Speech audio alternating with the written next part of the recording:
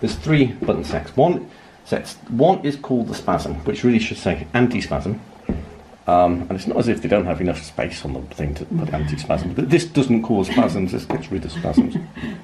So they don't have markings as to what these 2 buttons are. There's buttons there, buttons there. This is P and that's S, power and speed. So if you think at the end of a letter when you say, oh, PS, think power, speed, power, speed, power, speed. So this is the power button and this is the speed button. The maximum is 9 on all of them, the minimum is 1 on all of them. It defaults on this one to 9 and 9, and this is what it looks like for the anti-spasm mode. And for this one's the reflex mode. When the doctor hits your knee with a hammer, it stimulates the reflexes in your knee. There's reflexes all over the spine, and so this is basically going to be stimulating the reflexes along the spine, which is a very, very important thing to do. And then this is the mobilization mode. And this is, what happens is 2 pistons come down, alternatively. And what they do is, can I show you here? So it comes down like this, and it sits on there, and it basically pushes to there, pushes to there, pushes to there, pushes to there. Very, very much in the same sort of thinking as something called the Maitland version of physiotherapy. Mr. Maitland was a New Zealand physiotherapist who was recommending that you sort of do a very gentle therapy with the sort of strong back cracking HVTs. The problem is he had a good technique, but all that happened was the therapist wrecked their thumbs. So the Maitland therapists, their thumbs kind of go that way and that way, and they really don't get people better like they should be getting people better. So this is like power assisted version of it, where it doesn't wreck your thumbs and you can do as controlled and a lot stronger power, and it's strong enough to get the vertebrae to mobilise, so it does get the job done. Well, the idea is you press one vertebrae here and then one vertebrae there, and then you move on to the next one and you move on to that one.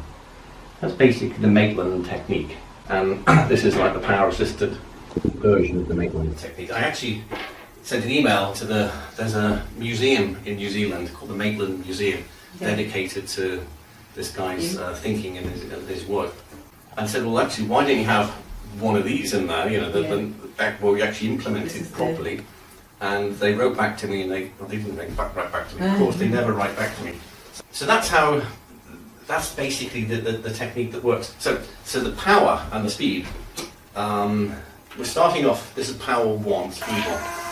For the mobilization 1, you only ever use speed 1.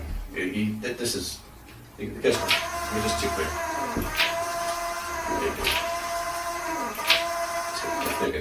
So that button we never really use. So it's always 1. It's always on 1 for the power, for the speed. For the power, what happens is this you can use on granny mode, for grannies and for very delicate people. The next one, the first 3 modes, power 1, power 2. You can you can see it, let me just press this against my hand. This is power 3. I call them the light modes. And you can do an awful lot of work on those 3 powers. In the medium modes, it's 4, 5 and 6, I suppose, 6, 7 really. The medium, this is high medium. It's quite tough. And then the 2 high modes are 8 and 9. This is 9, highest mode. I can barely press that into my hand. And some patients, you can fix them on power 1. And you always start off nice and light, see how the patients are going. But some patients, you have to muller, as it were, on power 9 for 3 hours to get the job done. But you always keep it, you keep the therapy in between the tram lines of strong enough to be useful, but not so strong as to hurt the patient and cause too much problems. The day after, they'll feel a little bit bruised to the touch, and that should be it. And then you've hit you're within the tram lines now. And that's what we want to do. Now, there's a couple of ways of doing the direction. You can do it that way and that way. Some of the ligaments in the spine, they hop over vertebrae. So it's actually really good to kind of also do narrow. And so you kind of do one here on one there, because it's, as well as being it's called a mobilisation machine, because it kind of mobilises the vertebrae.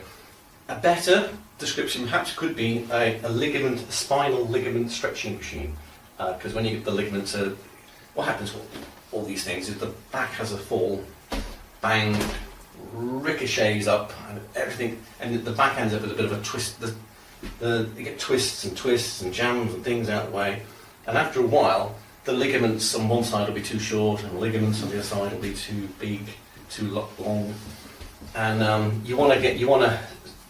When I say lengthen the ligaments, you're not over lengthening them. You're getting to the normal length again. You're lengthening from the too short thing to what it should be. And so you do it either wide or you do it narrow. And that's the basic thing. Now, when I say this is power 1 here, in a way you can do power a half.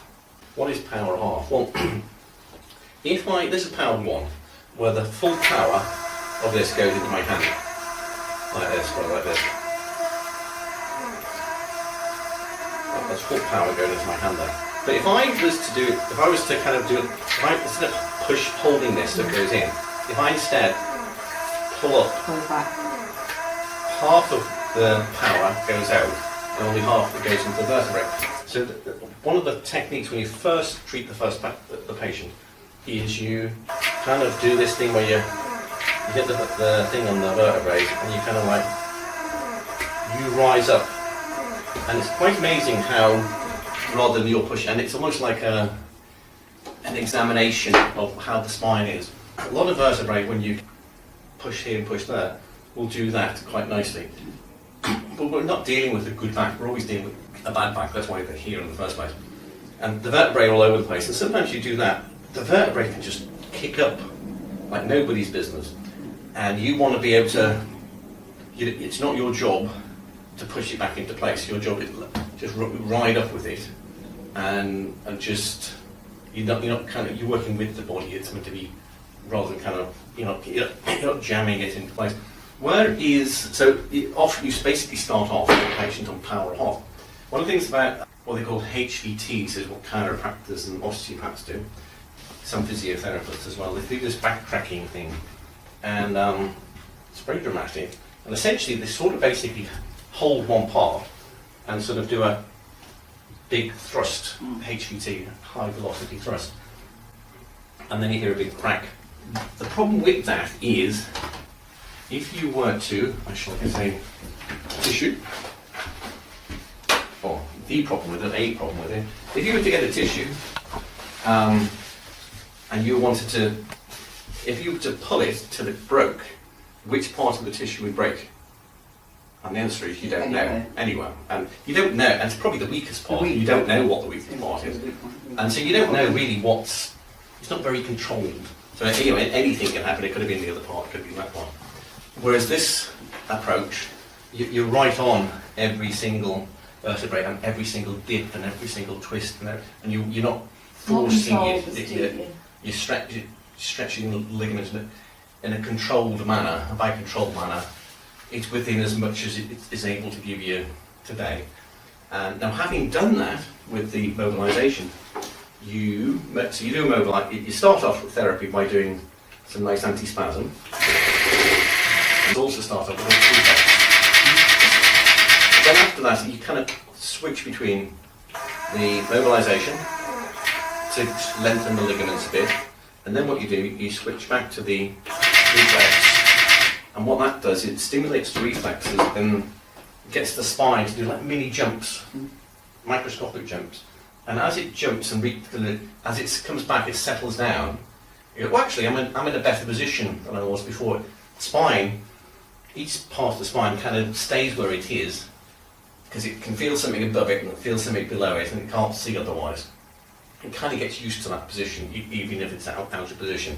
And when you stretch the ligaments around it and then tap it to stimulate the reflexes, it's kind of like, oh, actually I should be over here. And so and that's what the reflex mode is very important to work with along with the thingy. So the next question is, that's all the theory, that's all the demo. let's get a patient down and let's Okay. do some therapy.